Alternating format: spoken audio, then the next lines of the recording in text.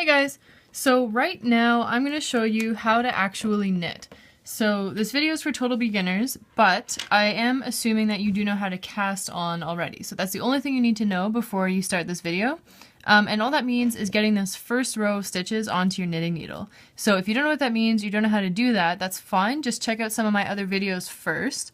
And there's about a million ways to cast on, but once you have this first row of stitches onto your knitting needle, then you're ready to knit. So to do that, all you do is take your needle that has all of the stitches on it in your left hand, hold your knitting needle with nothing on it in your right hand, then pick up this first stitch. So the first stitch on your left hand needle, put your right needle through it as well, then just hold it for a second.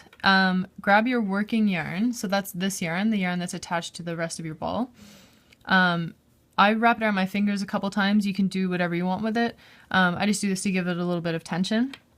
But then once you have your right hand needle through the same stitch, so through the first stitch on your left hand needle, take your working yarn, go behind the needle, then back around front, and then pull the working yarn through the loop, so through the first stitch on your left needle, and then just slide that stitch off. So it's now, the stitch is now on your right hand needle with the new yarn.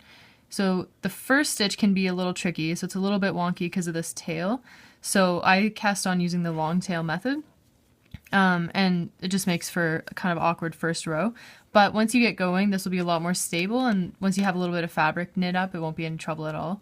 So to keep going, take your right hand needle, put it through the top stitch on your left hand needle, take your yarn, the working yarn that's wrapped around your fingers, go behind the needle, so go around it and then bring it back around front, and then pull that yarn using your needle through the loop and slide the stitch off. And that's really all there is to it. That's knitting. So this is a knit stitch, and there's only one other stitch in knitting called the purl stitch.